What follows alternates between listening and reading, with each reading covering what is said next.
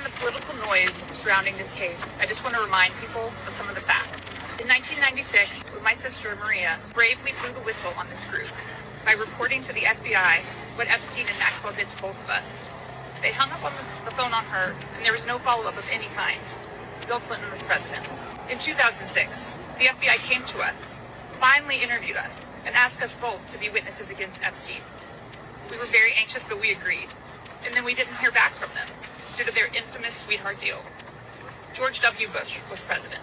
In 2015, when the DOJ was sent FOIA requests for Maria's FBI files, and they were denied, as they have been many times, Barack Obama was president. In 2019, when Epstein died in prison due to either negligence or foul play, Donald Trump was president.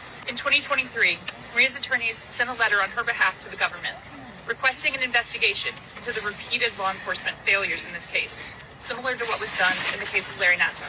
They declined to do so. Consequently, my sister filed notice that she would be suing the government for failing to uphold its legal, ethical, and moral duties in this case. Joe Biden was president. This year, after campaigning on a pledge to finally release the files, under Trump's second presidency, the DOJ announced they were closing the investigation into Epstein's co-conspirators, and then transferred Ghislaine Maxwell into a prison camp where it is well documented that she is receiving special treatment.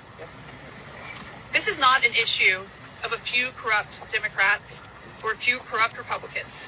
This is a case of institutional betrayal. Because these crimes were not properly investigated, so many more girls and women were harmed.